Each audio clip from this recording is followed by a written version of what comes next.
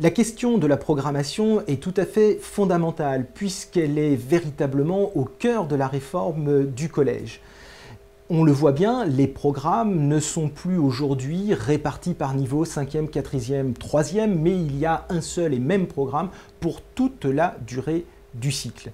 Alors, cette programmation de cycle, eh bien, elle a pour ambition de s'adapter aux diverses temporalités d'apprentissage des élèves pour permettre à chacun de s'approprier à son rythme les compétences attendues en fin de cycle. Mais revenons à la programmation. Comment programmer sur un cycle?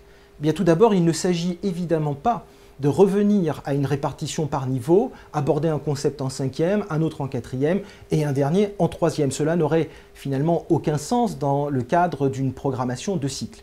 Alors comment faire? Eh bien, il s'agit d'abord d'établir un premier niveau de construction d'une compétence. On parle bien de compétence, on a vu que le programme était écrit ainsi désormais.